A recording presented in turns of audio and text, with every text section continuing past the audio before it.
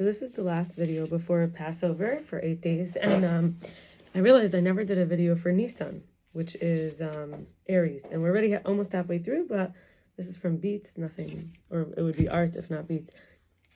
So let's start. Okay.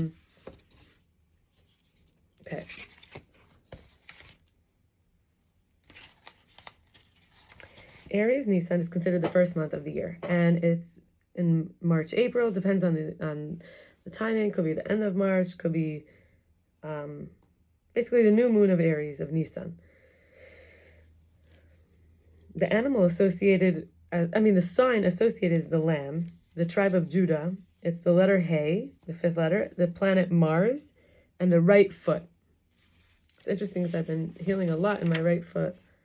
Literally, that's interesting. Okay, so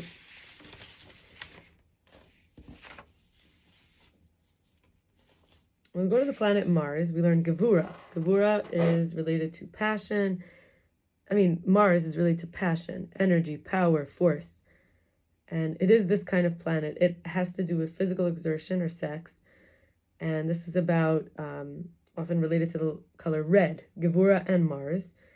And we have to transmute our power. Aries could be impulsive. It's leadership. It's not leadership. It's action. It's push. It's make things happen. Mars is the most Earth-like, despite a very thin atmosphere. The seasons and the days are almost the same length, except most of its surface is a freezing desert. But once, water flowed there.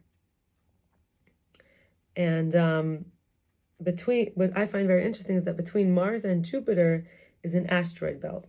So Jupiter would be Chesed. It's like between that, there's a lot of like pieces going on. Mars has huge quantities of ice in the polar regions and a very oval orbit, which varies its distance from the sun a great deal. The asteroids I mentioned are rocky metallic bodies that are leftover building blocks from when the planets were forming, and they got caught in that gravitational area. Jupiter is the largest planet, so as it gets further, it's the largest. So it's between that area.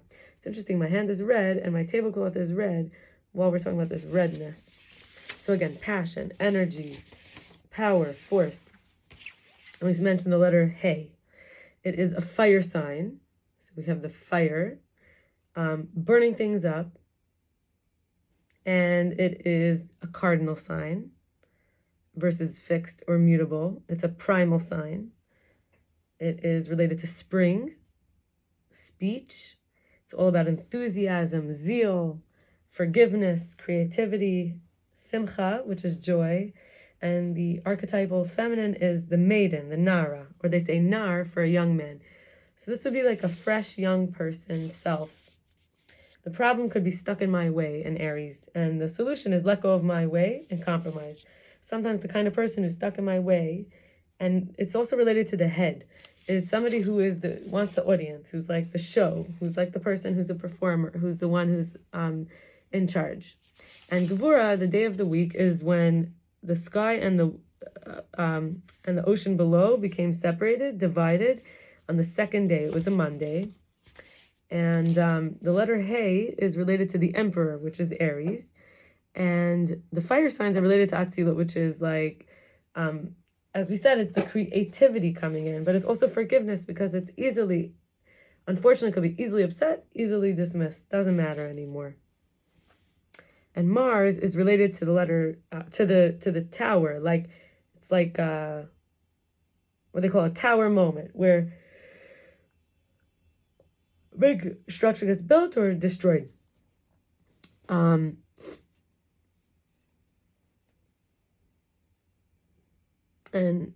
this is in the world of what we would call Yetzirah, which is like the six emotions.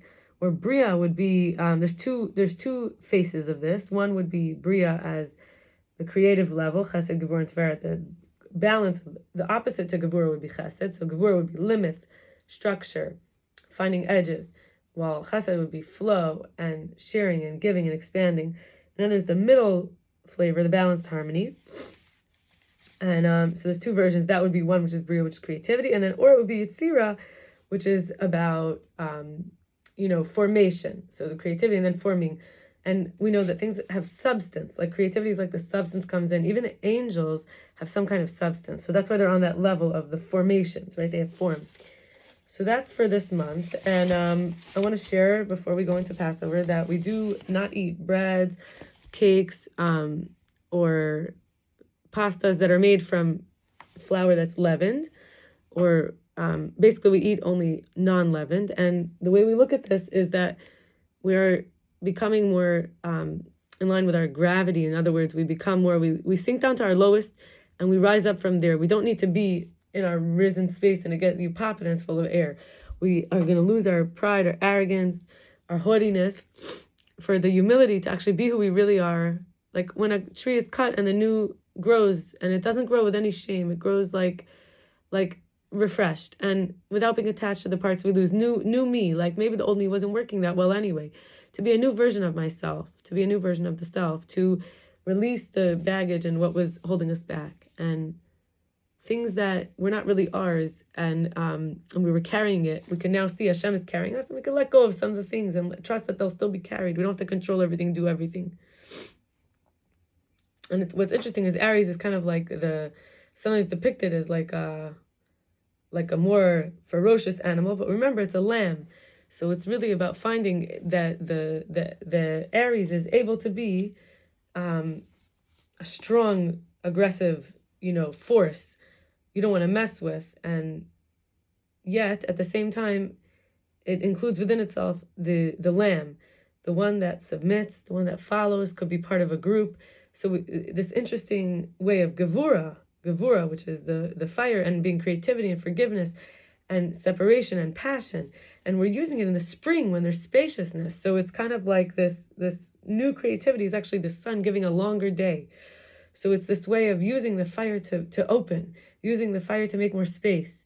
It's not that it's burning away with destruction. It's stretching open. It's like the heat that melts things and makes things more lubricated and limber. And that's the energy that we're having, clarity and expansion, almost in a melting way, that it feels lighter. Everything feels a lot lighter, and there's new growth, and we can enjoy what we harvest, what we're going to harvest from everything we planted and that we nurtured, even under the radar. And so a lot of the good energy is to reward us. And so may we root out all the things that we took in that we're chasing from the old life, from loneliness or desperation or from fear. And instead we make decisions from a place of awareness. We see what we have to see now that it's like the light is lighting up what used to be dark, and to be able to choose wisely and to recognize that now we're capable of being safe and being connected in ways that we couldn't be before, when we were in survival mode or manipulation, because we didn't know the difference between wants and needs. And we catch up with ourselves now. We catch up with the fact that now we have more time, so we actually catch up with ourselves, and we're able to show up in a new way. And may we allow ourselves to be nurtured by good influence rather than get under the influence of anything that isn't nurturing us, the real us, and maybe trying to use us or harvest us. Rather, we look now to choose to share by free choice. And sometimes we have to walk away. So we cannot save everyone. We have to make sure that we're rising up in this bottom up way. We don't pretend to be so great that we could help everybody. We have to help from the bottom up. Amen. May everybody have a beautiful, kosher, happy, redemptive Pesach. And we remember our angels are made out of substance. They can actually help us and do for us. And we create them with our intentions. And they're not nothingness. They can actually affect things in the physical world for us. Amen. Wishing everybody a happy, beautiful, kosher. Freilichen means happy.